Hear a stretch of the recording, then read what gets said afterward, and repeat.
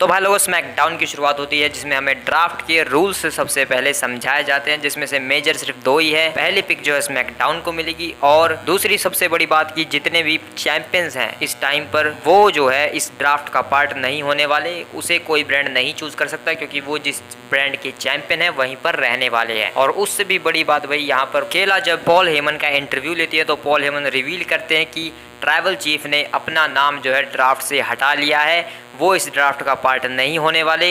वो हमेशा से नंबर 1 पिक रहे हैं स्मैकडाउन के लिए, हमेशा ही वो नंबर 1 पिक रहे हैं। तो इस बार वो भी देखना चाहेंगे और खुद पॉल हेमन भी देखना चाहते हैं कि कौन सबसे पहली पिक होने वाला है।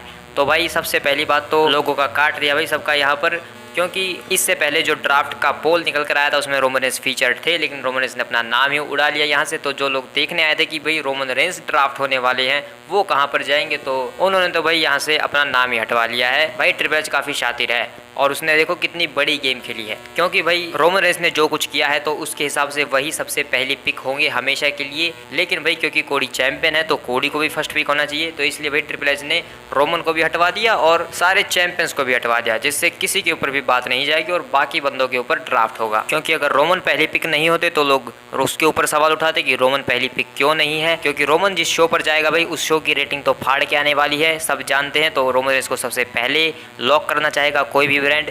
और दूसरी तरफ भाई कोडी रोड्स चैंपियन है भाई, और चैंपियन को सबसे पहली एडवांटेज मिलती है, तो कोडी रोड्स को क्यों चूज नहीं किया उसके ऊपर भी सवाल उठेंगे। तो इस वजह से भाई ट्रिपल एच ने दोनों चीज़ों को ही साइड कर दिया यहाँ पर। और भाई सही है भाई, चैंपियंस फालतू में ड्राफ्ट को घेर लेते थे जबकि उन्हें वहीं पर रहना होता था जहाँ पर वो हैं, क्योंकि अब WWE ने जो एक फॉर्मेट बना दिया है कि जितने भी WWE चैंपियंस हैं वो स्मैकडाउन पर होंगी और जितनी भी वर्ल्ड चैंपियनशिप्स हैं वो मंडे नाइट रॉ के ऊपर होंगी। यूएस टाइटल जो है वो स्मैकडाउन पर होगा और इंटरकॉन्टिनेंटल टाइटल वो मंडे नाइट रॉ पर होगा। और भाई बात रही वुमेन्स टैग टीम चैंपियंस की, तो किसे परवाह है। तो भाई स्मैकडाउन पर क्या हुआ उसके बारे में बात करने से पहले जितने भी ड्राफ्ट के रिजल्ट्स हैं मैं वो तुम्हें बता देता हूँ।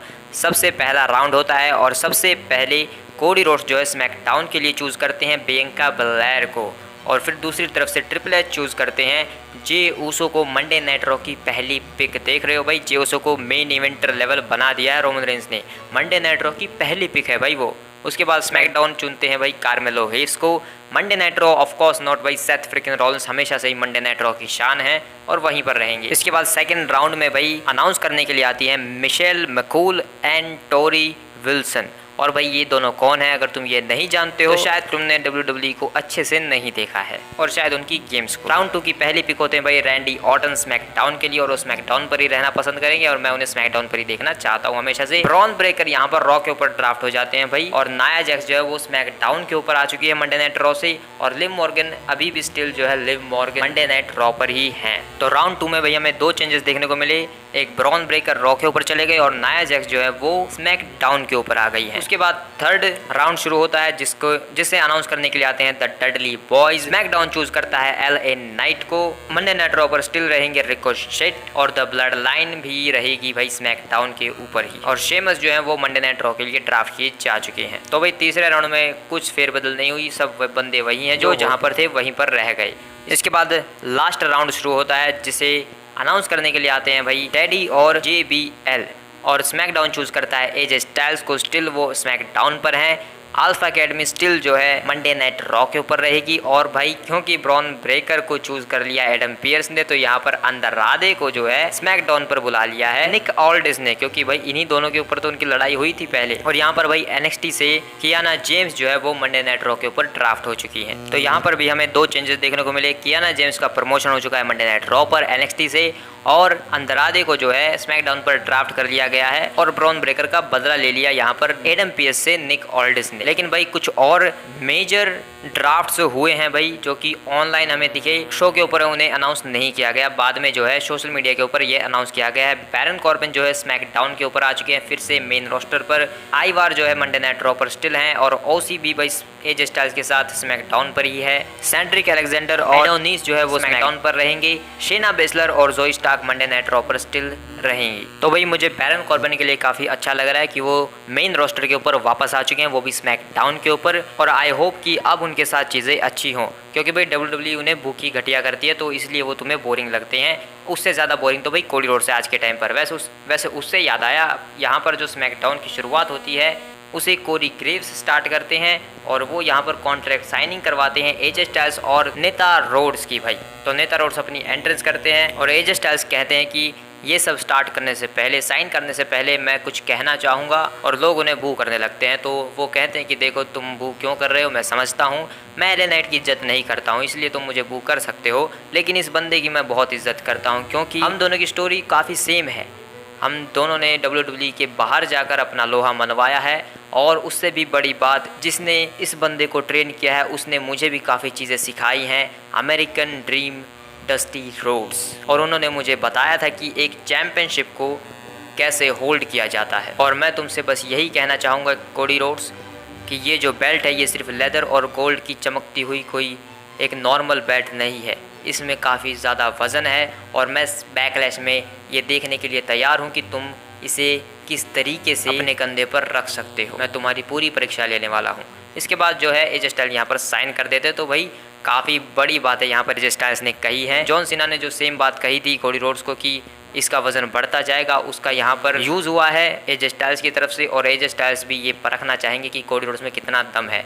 इसके ऊपर भाई नेता रोड्स अपना भाषण झाड़ने लगते हैं कि ठीक है, अच्छी बात है, लेकिन यहाँ पर नेता रोड्स भाई थोड़ा, मुझे तो लगा कि वो अपने एटीट्यूड पे बोल रहे हैं कि भाई वो थोड़े चैंपियन है, और वो यही कहते हैं कि तुम मेरी इज्जत करते हो तो मैं भी तुम्हारी थोड़ी बहुत इज्जत करता हूँ, लेकिन जब बैकलैश में हम दोनों लड़ेंगे तो सारी इज्जत गई तेल लेने, मैं तुम्हें बुरी तरीके से बजाने वाला हूँ। और इसके बाद वो साइन कर देते हैं। तो भाई जहाँ तक मुझे लगता है तो कोडी रोड्स ने भी वो अब जो है AJ Styles versus Dusty Rhodes का TNA इम्पैक्ट वाला मैच देख लिया है। भाई मैंने भी देखा, एजे स्टाइल्स ने ब्लड निकाल दिए थे भाई डस्टी रोड्स को उस मैच में। तो लगता है भाई वो देख के आ गए कोडी रोड्स, और उन्हें इसलिए गुस्सा आ रहा है यहाँ पर, लेकिन निकाल नहीं सकते। तो यहाँ पर वो हैंडशेक करने के लिए जाते हैं, लेकिन एजे स्टाइल्स कह देते हैं हाथ मिलाने से पहले कि अगर तुम्हें ऐसा लगता है तो फिर यही ठीक है, इज्जत गई तेल ले रहे। और यहाँ पर हैंडशेक करने के बाद एजे स्टाइल्स यहाँ से चले जाते हैं, और लोग बू करते हैं। और वो बू क्यों करते हैं? क्योंकि भाई इन दोनों की लड़ाई नहीं हुई भाई आपस में, कोई बात नहीं भाई, आगे हो जाएगी कभी। और यहाँ पर नेता रोड्स फिर से भाई बेल्ट को ऐसे उठाते हैं जैसे भाई छोड़ो क्या ही कहना। वेल जब वो जाने लगते हो तो यहाँ पर भाई ट्रिपल एच का म्यूजिक है वो हिट हो जाता है, और ट्रिपल एच यहाँ पर आ जाते हैं और वो हैंडशेक करते हैं, और कोडी रोड्स के लिए जो इज्जत है वो दिखाते हैं। भाई ट्रिपल एच की वजह से भाई मैं नेता रोड्स की थोड़ी इज्जत कर लेता हूँ, वरना भाई मैं इसको घंटा कुछ भाव नहीं देने वाला। और यहाँ पर वो भाई अपना पहला राउंड स्टार्ट करते हैं, लेकिन क्योंकि कार्मेलो हेव्स जो है वो स्मैकडाउन पर आ चुके हैं तो यहाँ पर अपनी अपीयरेंस को फील करवाते हैं। और यहाँ पर कार्मेलो हेव्स से कोडी रोड्स को कहते हैं कि तुम अपने शॉट्स को कई बार मिस कर देते हो, लेकिन मेलो कभी भी शॉट्स मिस नहीं करता है, और पहला शॉट वो जो है स्मैकडाउन पर कोडी रोड्स से लेना चाहता है। यानी कि भाई सीधा वो यहाँ पर चैलेंज कर देते हैं कोडी रोड्स को एक मैच के लिए, और कोडी रोड्स जो है यहाँ पर उस मैच को एक्सेप्ट भी कर लेते हैं, और मेन इवेंट के लिए ये मैच तय हो जाता है। इसके बाद शो के ऊपर होता है Dragon Lee, Rey Mysterio versus Los Lotharios, Angel Garza and Humberto Carlo के बीच एक मैच। एंड में जब एंजल गार्जा यहाँ पर अपना फिनिशर लगाने जाते हैं तो रे मिस्टीरियो उसे रिवर्सल करते हैं और एंजल गार्जा को रोप्स में फेंक देते हैं। उसके बाद लगाते हैं 619, ड्रैगन ली टैग लेते हैं और वो लगाते हैं अपना फिनिशर, और पिन करके इस मैच को 1 2 3 रे मिस्टीरियो और ड्रैगन ली जीत जाते हैं। लेकिन तभी यहाँ पर आ जाते हैं सैंतोस एस्कोबार, और वो कहते हैं कि देखो मैंने तुमसे कहा था कि मैं कुछ भी कर सकता हूँ, लेकिन कभी मैं झूठ नहीं बोलता हूँ, और तुमने मेरे ऊपर काफ़ी गलत इल्ज़ाम लगाया है। तो इस वजह से एलेक्टा लोपस जो है वो काफ़ी समय से इस चीज़ की खोजबीन में लगी हुई थी कि किसने ड्रैगन ली पर अटैक किया था, और देखो मुझे क्या मिला है, और तुम्हें ये देखकर काफ़ी हैरानी होगी रे मिस्टीरियो। और यहाँ पर भाई वो कैमरा की रिकॉर्डिंग दिखाते हैं, CCTV कैमरा रिकॉर्डिंग दिखाते हैं, जिसमें साफ नज़र आता है कि भाई ड्रैगन ली के ऊपर अटैक कार्लिटो ने किया था। तो भाई मैं तो तुमसे हमेशा से ही कहता आया हूँ कि ड्रैगन ली के ऊपर अटैक कार्लिटो ने ही तो किया था। और यहाँ पर भाई इस CCTV कैमरा की फुटेज में हमें वो चीज़ नज़र आ जाती है, और ये देखकर कार्लिटो भाई डर जाते हैं, हड़बड़ाने लगते हैं, और फिर वो धक्का देकर ड्रैगन ली को एक बैक स्टैपर लगाकर ऑडियंस के बीच से अरीना को छोड़कर भाग जाते हैं। और रे मिस्टीरियो और बाकी सब हैरान होते हैं कि ये क्या हुआ यहाँ पर। वेल भाई इसके बारे में मैं पहले भी काफ़ी सारी बातें कर चुका हूँ, कार्लिटो ने धोखा दिया है भाई सबको, तो मेरा भाई ज़्यादा मूड नहीं है अभी इनके ऊपर और ज़्यादा बात करने का। वैसे इसके बाद कुत्ते भौंकने लगते हैं भाई स्मैकडाउन पर, लेकिन हमें फिर पता चलता है कि ब्रॉन ब्रेकर आए हैं, क्योंकि भाई उनका कोई बिग डॉग वाला ही कैरेक्टर है भाई, जैसे रोमन रेंस का होता था, क्योंकि वो खुद को डॉग ही बुलाते हैं। उनका मैच होता है सेड्रिक अलेक्जेंडर के साथ, और भाई क्या ही होगा भाई मैच में, वही होता है हमेशा की तरह। लगती है एक स्पीयर यानी कि बिजनेस की सबसे बेहतरीन स्पीयर ऐसा कहना है ब्रॉन ब्रेकर का। तो वो लगाते हैं अपनी स्पीयर और 1 2 3 करके इस मैच को ब्रॉन ब्रेकर जीत जाते हैं। तो भाई ऐसे ही ये हर मैच को जीतते रहे तो वो दिन दूर नहीं है, गोल्डबर्ग की स्ट्रीक टूट ही जाएगी एक दिन, या फिर मैं कहूँ आस्का की स्ट्रीक। वैसे यहाँ पर जब इस पेयर का रिप्ले दिखाया जाता है तो हमें अंकल हाउडी का टीज देखने को मिलता है, जिसमें जो कि एक फोटो होता है जिसमें लिखा होता है रिमेंबर हु यू आर, यानी याद करो कि तुम कौन हो। वैसे भाई और भी काफ़ी चीज़ें वो एंड में तुम्हें बताऊंगा।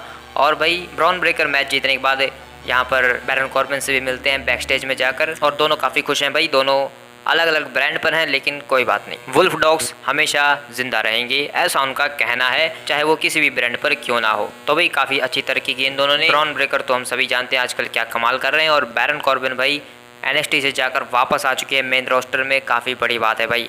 इसके बाद भाई इस बैक स्टेज में पॉल हेमन जो है खड़े होते हैं, उनके सामने कार खड़ी होती है आकर, और पॉल हेमन बस उसे घूरते रहते हैं, और फिर उन्हें याद आता है ओह मुझे दरवाज़ा खोलना था, और वो सोलो सिकोआ को समझाते हैं कि सॉरी मुझे माफ़ करना, मुझे याद नहीं रहा कि मुझे दरवाज़ा खोलना है, क्योंकि रोमन रेंस आते तो मैं दरवाज़ा खोलता था, लेकिन आप आए हो तो मैं भूल गया था कि आप कंट्रोल करते हो ब्लड लाइन को, अब तो मुझे माफ़ करना है यहाँ पर। और लेकिन सोलो सिकोआ यहाँ पर सिंपली पूछते हैं कि क्या ब्लड लाइन ड्राफ्ट हो चुकी है, तो वो कहते हैं कि नहीं, एक्चुअल में ब्लड लाइन ड्राफ्ट इसलिए नहीं हुई है क्योंकि उन्हें पता ही नहीं है कि ब्लड लाइन के साथ कौन कौन मेंबर आएंगे, तो इसीलिए जो ब्लड लाइन है वो ड्राफ्ट नहीं हुई है। और वो रोमन रेंस के बारे में बताते हैं कि रोमन रेंस ने अपना ड्राफ्ट से नाम हटा लिया है। तो सोलो सिकोआ बताते हैं कि मेरे पास मेरा MFT है, और MFT की फुल फॉर्म क्या हो सकती है भाई, माई फैमिली ट्री, ऐसा भी हो सकता है ना भाई, पता नहीं क्या है। लेकिन यहाँ पर भाई पीछे से केविन ओस आकर जो है तामा तोंगा और सोलो सिकोआ दोनों के ऊपर जो है अटैक कर देते हैं, और यहाँ पर भसड़ हो जाती है यहाँ, और फिर ऑफिशियल जो है वो इन्हें अलग करने की कोशिश करते हैं। लेकिन शो के ऊपर भाई कैला ब्रेक्सटन जो है इस साल के पहले पिक को बुलाती हैं बियांका ब्लेयर, और उनसे सवाल जवाब पूछती हैं, क्योंकि उनका जो है एक टैग टीम चैंपियनशिप के लिए, वुमेंस टैग टीम चैंपियनशिप के लिए मैच ऑफिशियल हुआ है, तो उसके बारे में जो कि बैकलैश में होगा उसके बारे में सवाल पूछते हैं, और वो कहते हैं कि डैमेज कंट्रोल का खात्मा हो चुका है और अब बस उनके पास वो चैंपियनशिप्स बची हैं, तो बस वो भी हम उनसे उड़ा लेंगे और फिर बात खत्म। तभी यहाँ पर आस्का और कायरी सेन आ जाती हैं, फिर जेड कारगिल भी यहाँ पर आ जाती है, और दोनों अपना फेस ऑफ करने लगते हैं। लेकिन वही बैक स्टेज की भसड़ रिंग के अंदर आ ही जाती है, क्योंकि केविन ओस और तामा तोंगा जो है आपस में लड़ते हुए एंट्रेंस एरिया तक आ ही जाते हैं, और यहाँ पर वो दोनों एक दूसरे को मारते पीटते रिंग के अंदर लेकर जाते हैं। तभी सोलो सिकोआ भी आ जाते हैं, और वो भी केविन ओस को बजाने लगते हैं। यहाँ पर सिक्योरिटी गार्ड्स आते हैं, लेकिन तामा तोंगा उन्हें भी साइड कर देते हैं। उसके बाद जब ये दोनों मिलकर केविन ओस को बजाने वाले थे, तभी हिट होता है वॉइसेस यानी कि रैंडी ऑर्टन का थीम सॉन्ग, और रैंडी ऑर्टन आते हैं रिंग के अंदर, तामा तोंगा को एक क्लोज लाइन, उसके बाद पंचेस की बरसात करते हैं सोलो सिकोआ के ऊपर, और सोलो सिकोआ को जब RKO लगाने जाते हैं तो सोलो सिकोआ बचकर यहाँ से भाग जाते हैं, और हमें ब्लड लाइन जो है भागती हुई नजर आती है, हाँ क्योंकि उसमें रोमन रेंस नहीं है। तो भाई रैंडी ऑर्टन जो है वो केविन ओस का साथ देने यहाँ पर आए, और यहाँ पर ब्लड लाइन वर्सेस केविन ओस और रैंडी ऑर्टन एक बार फिर से स्टार्ट हो चुका है। फ़र्क इतना है, तब रोमन रेंस हुआ करते थे ब्लड लाइन में, उनके खिलाफ लड़ाई थी, लेकिन अब कुछ और ही है भाई। और भाई केविन ओस का क्या है, उसे तो भाई हर साल 6 महीने में एक बार ब्लड लाइन से, रोमन रेंस से, इन सभी से पंगा लेना होता है, क्योंकि तुम सब जानते हो ऊपर आने का क्या तरीका है, हेडलाइंस में रहने का क्या तरीका है, रोमन रेंस के बारे में बातें करो या फिर ब्लड लाइन के बारे में। तो बस वही बात है भाई यहाँ पर। लेकिन भाई ये सब भी चीज़ें फीकी लग रही थी, तो रैंडी ऑर्टन इसमें घुस चुके हैं, और अब काफ़ी मज़ा आने वाला है, क्योंकि रैंडी ऑर्टन के सामने भाई मुझे नहीं लगता कि अब सोलो सिकोआ और तामा तोंगा की एक भी चलने वाली है। और भाई ऊपर से इस मैच को भी ऑफिशियल कर दिया जाता है बैकलैश के लिए, एक tag team match. Well back stage में आते हैं निक ऑल्डिस, और उनके सामने आ जाती हैं ट्रिफनी स्ट्रैटन, और वो कहती हैं कि मेरा चैंपियनशिप मैच कहाँ है। तो निक ऑल्डिस कहते हैं कि तुमने जो कुछ किया है उसके बाद तो शायद मुझे तुम्हें सस्पेंड कर देना चाहिए था, लेकिन मेरे पास एक बढ़िया सा आइडिया आया कोई लेकर, जिसके ऊपर मैं राजी हो गया। तुम्हारा और नायोमी का मैच होगा आज रात, और जो जीतेगा उसे मिलेगा बैकलैश में बेली के अगेंस्ट चैंपियनशिप मौका। और ट्रिफनी कहती है कि ये आइडिया तुम्हें दिया किसने। तभी वहाँ पर डिंग डोंग हेलो करके बेली आ जाती है, और वो कहते हैं कि मैंने दिया, अब जाकर मैच करो। तो इसके बाद भाई ट्रिफनी स्ट्रैटन अपना मैच करने जाती हैं, और जिस मैच को भाई यहाँ पर बैठ कर देखती है बेली रिंग साइड पर अनाउंसर्स टेबल पर। लेकिन भाई नायोमी वर्सेस ट्रिफनी स्ट्रैटन के मैच का तो अता पता नहीं क्या हुआ, लेकिन यहाँ पर जब बेली जो है अनाउंसर्स टेबल पर बैठी हुई थी, तो वहाँ पर आकर नाया जैक्स जो इनके ऊपर अटैक कर देती हैं, क्योंकि भाई नाया जैक्स जहाँ जाएंगी तबाही और आतंक फैलाने आ जाती हैं, तो बस वही करने की कोशिश करती हैं। वो यहाँ पर बेली पर अटैक करती हैं, उसके बाद नायोमी पर अटैक करती हैं, लेकिन ट्रिफनी पर अटैक नहीं कर पाती हैं वो, पता नहीं क्यों। और वहाँ से चली जाती हैं, जिसका फ़ायदा उठाती है ट्रिफनी स्ट्रैटन और ट्रिफनी टाइम करके यहाँ पर वो लगाती हैं प्रिटियस मूव सॉल्ट एवर बेली और नायोमी दोनों के ऊपर। इसके बाद बैक स्टेज में जो है स्ट्रीट प्रॉफिट और बी फैब होते हैं, जिनसे ब्रायन सेक्सटन आकर कुछ पूछने लगते हैं कि आप आज ड्राफ्ट नहीं हुए लेकिन मंडे नाइट रॉ पर आपके ड्राफ्ट होने वाले हैं, तो क्या कहना चाहेंगे। तो बी फैब कहते हैं कि देखो कोई फ़र्क नहीं पड़ता, हम जो है अगले हफ्ते चैंपियनशिप मैच के लिए जाने वाले हैं। लेकिन तभी वहाँ पर चैंपियंस भी आ जाते हैं और बकवास करने लगते हैं कि तुम स्मैकडाउन चैंपियंस की बात कर रहे हो और हम ही ना हो तो कैसे चलेगा। लेकिन भाई पीछे से बॉबी लैशली अगर उन्हें डरा देते और वो दोनों भाग जाते हैं, थोड़ा सा फनी मोमेंट हो गया था भाई यहाँ पर। लेकिन कैरियन क्रॉस आते हैं और वो कहते हैं कि देखो यहाँ पर क्या चल रहा है, चलो मैं तुम्हें दिखाता हूँ। वो कैमरामैन को पकड़ कर ले जाते हैं और ट्रक के पीछे भाई यहाँ पर न्यू कैच रिपब्लिक को धोते हुए नजर आते हैं ऑथर्स ऑफ पेन। और यहाँ पर वो एक स्टेटमेंट देते हैं कि हम चाहे किसी भी शो के ऊपर चले जाएं, वहाँ पर हम तबाही और आतंक ही फैलाने वाले हैं। इसके बाद बैक स्टेज में निक ऑल्डेस आते हैं और वो यहाँ पर 2 मेजर अनाउंसमेंट करते हैं। पहली वो खुद करते हैं कि Naomi versus Bayley versus Tiffany Stratton का बैकलैश में मैच होगा, वो भी triple threat WWE women's undisputed championship के लिए। हाँ भाई, बेली की बेल्ट का भी नाम यही है, अनडिस्प्यूटेड WWE वुमेन्स चैंपियनशिप, देख लो भाई। इसके बाद टेडी भी आते हैं और वो अनाउंस करते हैं सबसे बड़ा match Randy Orton Kevin Owens versus Solo Sikoa and Tama Tonga eight backlash. तो भाई अब लग रहा है कि बैकलैश में कुछ बड़ा होने वाला है। वेल अब आ चुका है भाई समय मेन इवेंट का, कोडी रोड्स वर्सेस कार्मेलो हेव्स। और भाई हमारे जो अमेरिकन नेता बोरिंग रोड्स हैं भाई, वो आते हैं, अपनी एंट्रेंस करते हैं और अपना एक बोरिंग सा मैच स्टार्ट कर देते हैं। भाई सच बताता हूँ, मैच में भाई मुझे तो काफ़ी ज़्यादा इंटरेस्ट था ही नहीं, क्योंकि इसका विनर जो है वो हमें पता ही था ऑलरेडी। वेल मैच में हमें जो है एक कोडी कटर देखने को मिलता है और कार्मेलो हिप्स की तरफ से एक स्प्रिंग बोर्ड DDT भी हमें देखने को मिलती है, जो कि दोनों मूव्स भाई काफ़ी शानदार है, तो देखने में मज़ा आता ही है। लेकिन भाई एक चीज़ भाई जो ये करना चाहते थे लेकिन हुई नहीं, ये दोनों जो है एंड में अलग अलग रोप्स के ऊपर जाते हैं। कोडी रोड्स जाते हैं अपना कोडी कटर लगाने के लिए और कार्मेलो हेस भी जो है अपना स्प्रिंग बोर्ड मूव करने के लिए जाते हैं, दोनों एक ही टाइम पर, और दोनों ही जो है कुछ भी नहीं होता है, बस ऊपर जाकर नीचे गिर जाते हैं। तो भाई यहाँ पर जो है ये एक मिसअंडरस्टैंडिंग की वजह से ये जो मूव है वो परफेक्टली हो नहीं पाया, क्योंकि भाई इनकी एक्सपेक्टेशन थी भाई कि रिकोशेट वर्सेस जो लोगन पॉल ने जो रॉयल रंबल में जो वायरल मूवमेंट दिया था वैसा कुछ देने की, ये दोनों एक साथ जो है दोनों स्प्रिंग बोर्ड मूव्स करते और बीच में एक दूसरे से कोलाइड होते, या फिर दोनों एक दूसरे को पकड़कर जो है कोडी कटर लगा देते वहीं पर रिंग के बीचों बीच। उसके बाद कार्मेलो हेस उठते और वो यहाँ पर अपने फिनिशर लगाने की कोशिश करते, लेकिन कोडी रोड्स यहाँ पर रिवर्सल कर क्रॉस रोड्स लगाकर इस मैच को जीत जाते। तो वो तो हुआ नहीं, लेकिन यहाँ पर कोडी रोड्स को शायद चोट लग गई, पता नहीं भाई। तो भाई एक्सपेक्टेशंस तो थी भाई कि एक वायरल मोमेंट दे सकें, लेकिन वो हुआ नहीं, क्योंकि भाई रिंग बड़ी है भाई। हाँ भाई रिंग बड़ी है, इन दोनों की कोई गलती नहीं भाई, रिंग बड़ी है भाई।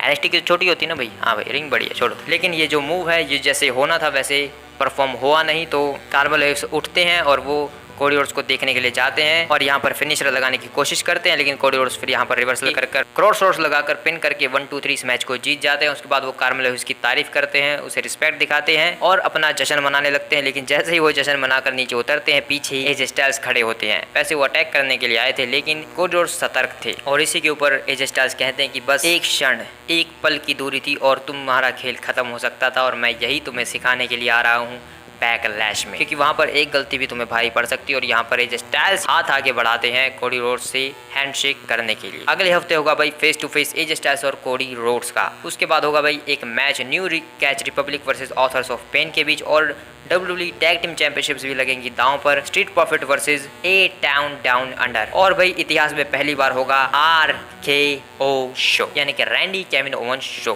पहले मैंने कहा था ना कि भाई अंकल आउडी के लिए कुछ और भी था शो पर, तो जब मंडे नाइट रॉ के एलिजिबल सुपरस्टार्स को दिखाया जाता है ड्राफ्ट के लिए, तो वहाँ पर एक QR कोड हमें देखने को मिलता है, जिससे हम स्कैन करते हैं तो कुछ क्वेश्चंस आंसर वाला यस नो के फॉर्म में एक टैब ओपन हो जाता है, जिसमें वो काफ़ी सारे सवाल पूछता है कि क्या तुम खुश हो, क्या तुम कुछ भूल रहे हो, तुम हमें कैसे वगैरह भूल गए। तो भाई तुम चाहे यस करो या नो करो, लास्ट में तुम एक जगह पर पहुंचोगे जहां पर तुम्हें 5 नो देखने को मिलेगी, और हर नो के ऊपर क्लिक कर तुम्हें एक अलग तरीके की चीज़ देखने को मिलेगी। पहले नो पर क्लिक करोगे तो एक फ़ोटो नज़र आएगी, और दूसरे नो पर अगर क्लिक करोगे तो उसी फ़ोटो में जो है लोगों के जो फेसेस हैं उनके ऊपर स्क्रैचेस लगे हुए तुम्हें नज़र आएंगे, जो कि शायद एक हिंट करते हैं ब्रे वाइट जो अपने शिकार के बाद उनकी फ़ोटोज़ के ऊपर उनकी आंखों पर क्रॉस लगा देते थे, तो शायद उसको हिंट करता है ये। थर्ड नो के ऊपर क्लिक करोगे तो एक 0 का सर्कल आता है और तुम्हारा पूरा जो सिस्टम है वो ग्लिच होकर वापस फर्स्ट पेज पर आ जाता है तुम्हारा टैब, क्योंकि ये जो 0 है भाई, ये जो सर्कल है वो सिर्फ एक ही कुछ सेकंड के लिए तुम्हें देखने को मिलता है। आई थिंक कि 0.2 सेकंड के लिए तुम्हें ये देखने को मिलता है और फिर ग्लिच होके पीछे हट जाती हैं चीज़ें और तुम पहले टैब पर चले जाते हो, फिर से सवाल जवाब। चौथे के ऊपर अगर तुम क्लिक करोगे तो वो तुम्हें वहाँ पर एक वीडियो नजर आएगी जिसमें एक बंदा गाड़ी चलाकर जा रहा होता है रोड के ऊपर और पीछे से काफ़ी सारी आवाज़ें आती हैं। वैसे अगर तुम अगले के ऊपर क्लिक करोगे तो तुम्हें ही सीज यू, वो तुम्हें देख रहा है, ऐसी एक वर्ड तुम्हारे सामने आएगा और उसके बाद एक वीडियो प्ले होगी जब तुम उसे क्लिक करोगे और उस वीडियो में हम काफ़ी कुछ चीज़ें देखते हैं भाई, काफ़ी सारे जादू टोने वगैरह। और यहाँ पर भी हमें वही एक संदेश देखने को मिलता है। एक फेस भी था भाई इसमें जो कि काफ़ी धुंधला था तो नज़र नहीं आया, ऑब्वियसली बूढ़ एलिस ही होंगे। इसके अलावा भाई यहाँ पर काफ़ी सारे पेपर वर्क और काफ़ी सारी सिस्टर्स हमें देखने को मिलती हैं और सिस्टर एबिगेल भी हमें इसके अंदर देखने को मिलती है। वो एक कैरेक्टर है भाई ब्रे वाइट की, ब्रे वाइट के इस जो भी भाई ये तंत्र मंत्र विद्या करता है भाई उसमें से एक कैरेक्टर है वो। और यहाँ पर हमें वही चीज़ देखने को मिलती है फिर से, क्या तुम हमें भूल गए, हम तुम्हें याद है वगैरह। और बैकग्राउंड में भाई काफ़ी सारी अजीब सी आवाज़ें भाई, और इसमें काफ़ी सारे हाथ वगैरह भी हमें देखने को मिलते हैं जो कि सिंपल सिग्नल करते हैं कि मेरा हाथ थामो, जो स्लोगन है, जो स्लोगन हर बार आता है भाई इन टीजर्स में, एक माई हैंड्स वाला, तो शायद उसी को रिजेंबल करता है। और इतने सारे टीजर्स अब देखने को मिल रहे हैं तो शायद बैकलैश में भाई अंकल हाउडी आ सकता है भाई। तो भाई यही था आज का स्मैकडाउन और सारी डिटेल्स, तो मिलते हैं किसी और वीडियो में, बाय बाय।